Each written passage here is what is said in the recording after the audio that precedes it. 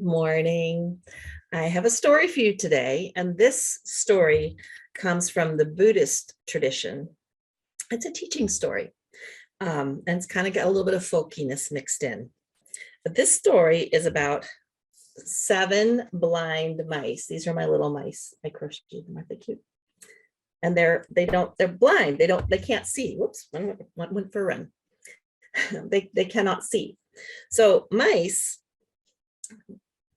these little mice who are not sighted, just like us, have other senses. So if you can't see, what senses might you use in order to figure out what your world around you looks like? You might be able to smell or touch or taste or even listen for sounds. So keep that in mind for the story. In this story, the sense of touch is going to be very important. So these seven blind mice live together in a burrow. This is their little burrow. And their little burrow in a nestle of grasses was near a pond. And every day, this little community of mice would go to the pond to get their water and to nibble on some of the tender little spring shoots that were there. They had a little path that they would walk every day that they had figured out, and they knew all the smells and the touches and everything on this path. So it was very familiar to them. Well, one day they were all heading to the pond for their food, and something felt different. Something smelled different. Something tasted different in the air. Sounded different. There was a something in the way on their pond, and they didn't know what it was. Now, when you're little small mouse, and you don't know where when something is, what do? You run away. So they ran back to their burrow, and they thought, oh, how are we going to get our water? How are we going to get our food? There's a something, and we don't know what the something is. Well, they decided that knowledge was probably the best remedy to this. So the little red mouse said, I'm going to go see if I can figure out, using my senses, not my sight, what this something is. So the little red mouse went out, scurried away to go see what the something was, and comes running back and says, I figured it out. I figured it out. The something is a sturdy pillar. It's a firm and sturdy pillar. Okay, a pillar. Not so bad. So, being mice and being cautious, they sent another mouse out. So the orange mouse went out to sense what was going on. And the orange mouse went up to the something, felt what was going on, and came scurrying back and said, no, no, no. I felt a spear. It was a sharp point of a spear. That's what the something is. Well, a spear seems a lot scarier than a pillar. So the yellow mouse is going to go out and touch what's there, smell what's there, figure out what's going on. So the yellow mouse runs out, checks out the something, and comes scurrying back and says, it is not a spear or a pillar. It's a snake. I felt a snake. Okay, so pillar, spear, snake, all very different. The green mouse was next and scurried out to explore the something and came back and said, it's not a pillar. I did not feel a spear or snake. What I felt was a fan. It's a breezy fan. Well, now they're all confused. So the blue mouse decides to venture out and comes scurrying back and says, well, I don't know what you all were talking about, but what I found out there was a cliff, something big and wide that I scurried up and fell off of. It was a cliff.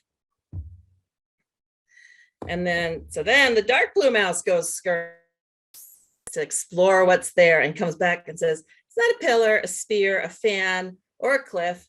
It's a rope. It's a stringy rope. That's what the something is. So then all six mice started arguing. It's a pillar, it's a fan, it's a spear, it's a rope, it's a cliff. Nobody could agree. Now, the only mouse who hadn't gone out to figure out what the something was the purple mouse. So the purple mouse said, okay, we're all arguing. We all have a different idea of what the something is. I'm going to go take a really long exploration and see what I can figure out. So this mouse is gone for a very, very long time. Finally, the mouse comes back to his nest mates and says, okay, All right, I think I figured out the something. After a long exploring, I climbed up and down and all around. The something is as sturdy as a pillar. It's as sharp as a spear. It is as supple as a snake. It's as breezy as a fan. It's as wide as a cliff and stringing as a rope. That all together, when you put all those pieces together, do you know what the something is? The something is an elephant. So we have the, let's see, the pillar of a leg, the spear right here, which is your tusk, the snake of a trunk, the flappy fan of the ears, the cliff of the size of the body, and the stringy rope of a tail.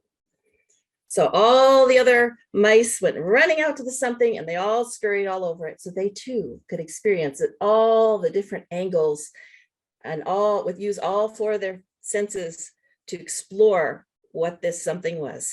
And it was an elephant.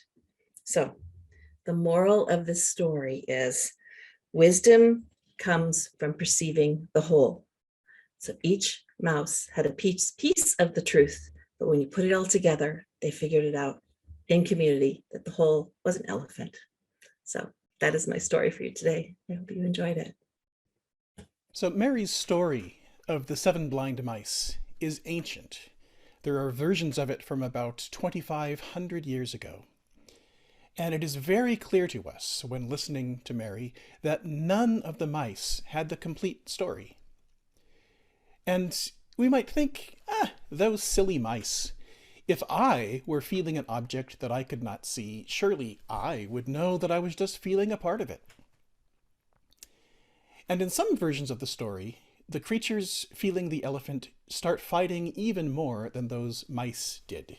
In some versions, people come to blows about their disagreements about what something feels like. So it's not just that they don't realize that they only have part of the truth. Each mouse is completely certain that no one else's perspective can be different from their own. If you'd like a more artsy perspective on this, the 1950 film Rashomon by the director Akira Kurosawa tells a story with a similar structure. The movie is about a samurai and his wife who were attacked by a bandit while traveling. The samurai is killed during the encounter. The bandit is caught, and there is a trial. And first, the bandit tells his version of the story. And then the samurai's wife tells her version of the story, which is different in both major and minor ways from the bandit's. Then, surprisingly, the ghost of the samurai, speaking through a medium, tells his version of the story, which again differs from the earlier versions. And finally, after the trial is over, we hear yet another version of the story, this time from a woodcutter who had seen everything happen as he wandered through the forest. His version is different yet again from the other stories we have heard, but even his story has omissions.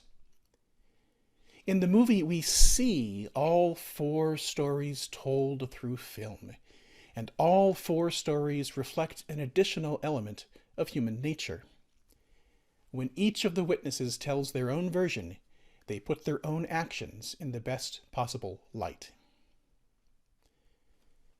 Rashomon draws us deeper into these conflicting stories because we see and we hear each version of the story from the point of view of each of the 4 characters. And the evidence of our own senses makes each character's story believable, and it becomes harder for us to shift our perspective from one to the other. How can they both be true? But even so, we have no dog in this fight. There's no reason for us to be emotionally invested in any one of the 4 stories over any of the other versions. So intellectually, we acknowledge the fact that different people have different perspectives, but emotionally, we might still feel distant from that truth. So, how might a story really bring home to us the fact that we, each of us, is always seeing life through our own perspective, and that other people see things differently? How can a story make us realize that some things that we are absolutely sure of are really just us feeling the elephant's trunk and being confident that an elephant is just like a snake? Well, to answer that, let me remind you of a little bit of cultural history in the United States. In 1939, the movie The Wizard of Oz was released. And while it had some moderate critical success, it lost money. And it wasn't until it was re-released 10 years later, when Judy Garland had gone on to greater stardom, and that the movie finally made money for the studio. It was released once again to theaters in 1955, but then something unusual happened. Once every year, from 1959 until the mid-1990s, The Wizard of Oz was shown on broadcast television as a special event, and this was the only way you could ever see the movie. It's hard to believe nowadays when we can pick up our iPads or our phones, and within seconds we can be watching almost any movie we'd like. So it's kind of hard to imagine this time when the only way you could see The Wizard of Oz was by waiting for a special presentation. The only other movies I can remember being annual television events like this are It's a Wonderful Life and The Sound of Music. Those two movies and The Wizard of Oz seemed like it. So for several generations of people in the United States, The Wizard of Oz holds a special place in our memories. We watched it every year. We know the story. We know the songs. And we know what parts scared us witless as little kids. For me, it was the first appearance of the witch. And so, in 1995, when Gregory Maguire wrote his book, Wicked, he was taking on a major cultural icon. Now, the book did not make a big splash initially, until it was adapted into a Broadway musical, which you may have heard of, which went on to become the 5th longest running Broadway show ever.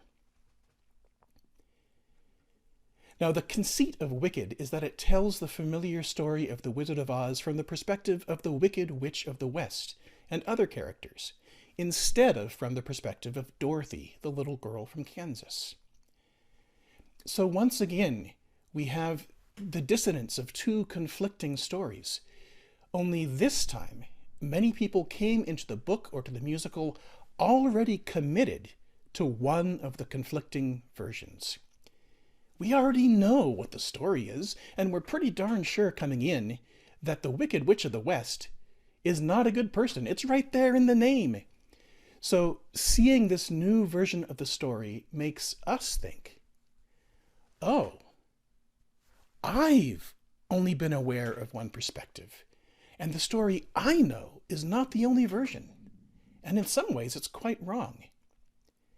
Instead of abstractly making the point that different people have different and limited perspectives, sure, yeah, we think, oh, my perspective is limited. Now, Wicked is not the first or only time an author has used this idea of telling a familiar story from an unfamiliar perspective. Tom Stoppard's play Rosencrantz and Guildenstern Are Dead tells the story of Shakespeare's Hamlet from the perspective of two minor characters who never really knew what was going on in Hamlet, and they never really knew that they were going to wind up dead at the end. Which brings home the point to us readers that all of us are living a life where we often don't know what's happening and in which we're going to wind up dead in the end. Jean Rhys's book, The Wide Sargasso Sea, gives a voice to a character from the book Jane Eyre who never gets to say a single word in the original. The writer John Gardner retells the old English epic Beowulf from the point of view of the monster Grendel. And just a couple of years ago, the author Maria Davana Headley retold Beowulf from the point of view of Grendel's mother, setting the book in the 20th century. And both of these stories make us ask ourselves, who are these creatures we call monsters? And does a story need to have monsters at all? So all of these retellings of familiar stories can help us expand our understanding. We can learn some humility and maybe be less confident that our knowledge is complete. We can learn that other people may be thinking of things in a surprisingly unexpected way, that there are more things in heaven and earth than are dreamt of in our philosophy. And the thing is that we don't have to wait until a famous author writes a new book telling a familiar story from an unfamiliar perspective. We can tell the stories ourselves. There's a spiritual practice that we can all do that involves reflecting on a story and thinking about all the ways in which it could be told. It was about 10 years ago that I learned about this in a class by the Reverend Kathleen Owens at First UU in Hillcrest. In that class, we took familiar stories or fables that might be rich with meaning and retold them from every perspective that we could think of. I remember we started in the class with the story of Adam and Eve and the apple from the Hebrew Scriptures.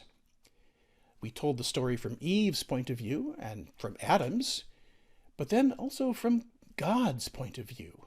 What could God have been thinking? And what about the serpent? How was this story told from the serpent's perspective? How was he looking at things? And then it stands out in my memory. We asked, what would the story of Adam and Eve and the fall look like from the point of view of the tree? So who tells the story? Who is allowed to tell the story? I encourage you to do this yourself sometime. Think of a familiar story or a parable or a fable and ask, what would this story be like if it were told from the point of view of the villain or the sidekick or the people who must be around but aren't even mentioned at all? What is the story from the point of view of God? What is the story from the point of view of the earth? And hopefully you will not come away from this exercise thinking that now you can be certain what all of these different stories might be, of being certain that you can easily guess how someone else sees the world. Because the point is not just that we have our own perspectives, and they have theirs, and theirs might be different. The point is also that even when we try to imagine someone else's perspective, they can end up surprising us. And the thing that makes this a spiritual practice, and not simply some exercise in literary theory, the thing that makes this a spiritual practice is the intention of applying this realization to your life.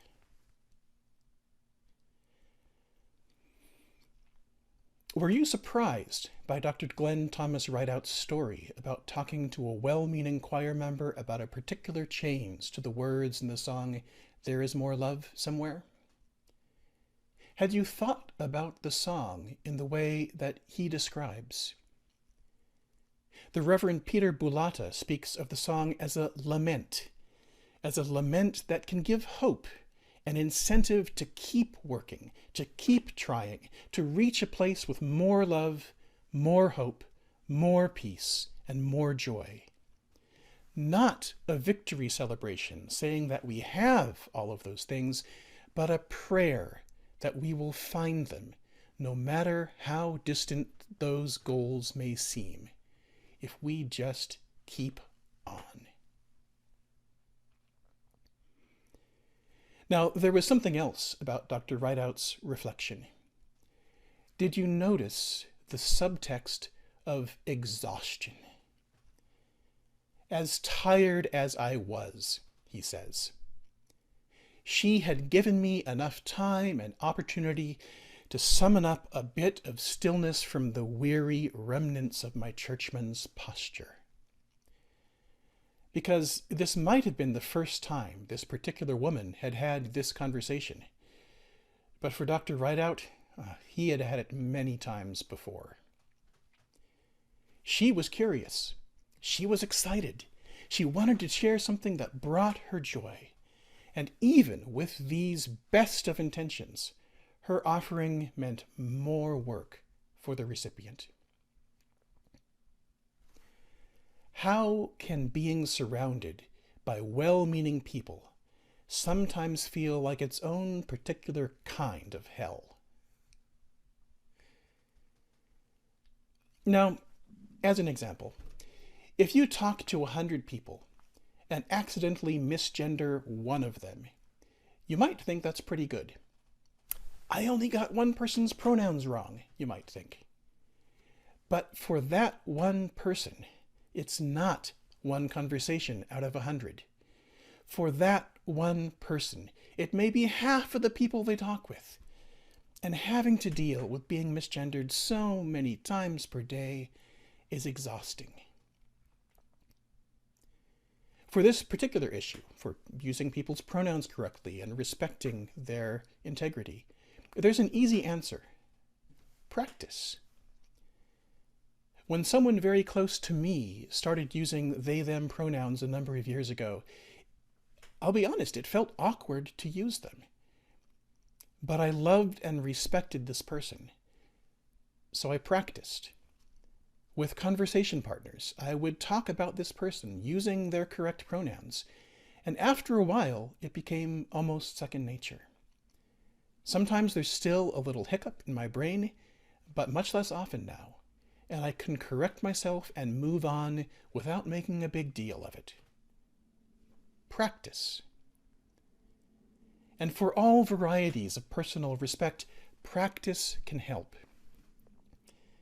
I grew up in Northern California, but when I first taught classes, it was in Michigan, and there were lots of students with long South Asian or Eastern European last names that weren't common where I grew up and that I was not familiar with. So I practiced them to avoid awkward moments in class or in office hours. Simple, but effective. Of course, sometimes even with our best intentions, we will make mistakes. We will find ourselves, like the choir member in Dr. Rideout's story, sharing our excitement about something and unintentionally causing pain. Or, with the best of intentions, we give advice that hurts someone. What do we do then? And this is another place where the lesson of understanding other points of view is important. Because one of the most difficult parts of an apology is spelling out what harm you caused. Have you heard of four-part apologies? The earliest reference to the idea that I could find was from a 1999 book by three educators, Bobby DePorter, Mark Reardon, and Sarah Singer-Nuri. The idea is that to apologize in a meaningful way, there are four things to address. First, you need to name the thing you are apologizing for. I'm sorry I spoke over you at the meeting.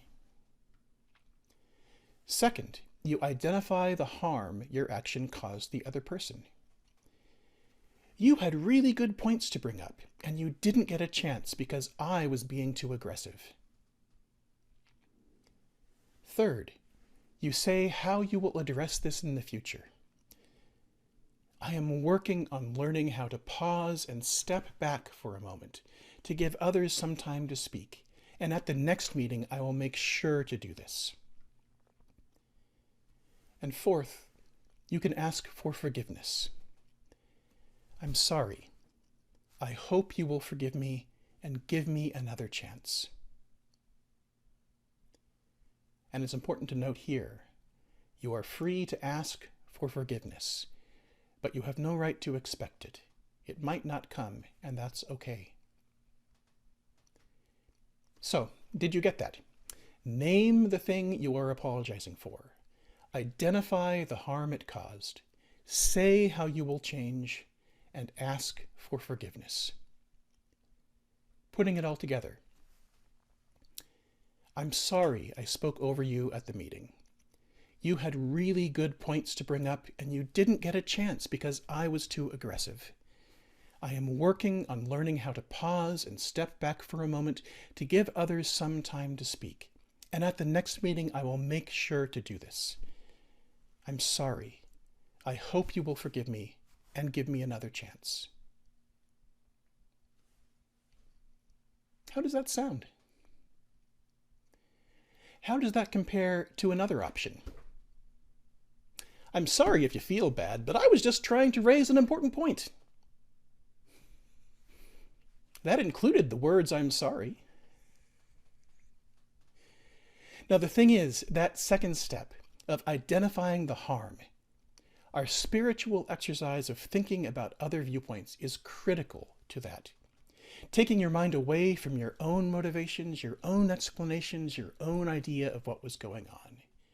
Not trying to explain yourself, not trying to get them to understand what you were doing and feeling, but rather showing that you understand what they were thinking and feeling. Part of being in a community like Summit is learning how to live with people with other perspectives, how to expand your mind so that you can imagine other perspectives while still realizing that no matter how hard you try, people will still surprise you. To help strengthen our community and to help strengthen your relationships with other people, I hope you will try the theological reflection exercise I talked about. And I hope that with good intentions, and with a keen awareness of how good intentions are not enough by themselves, we can make sure that we are on the road not to hell, but to beloved community.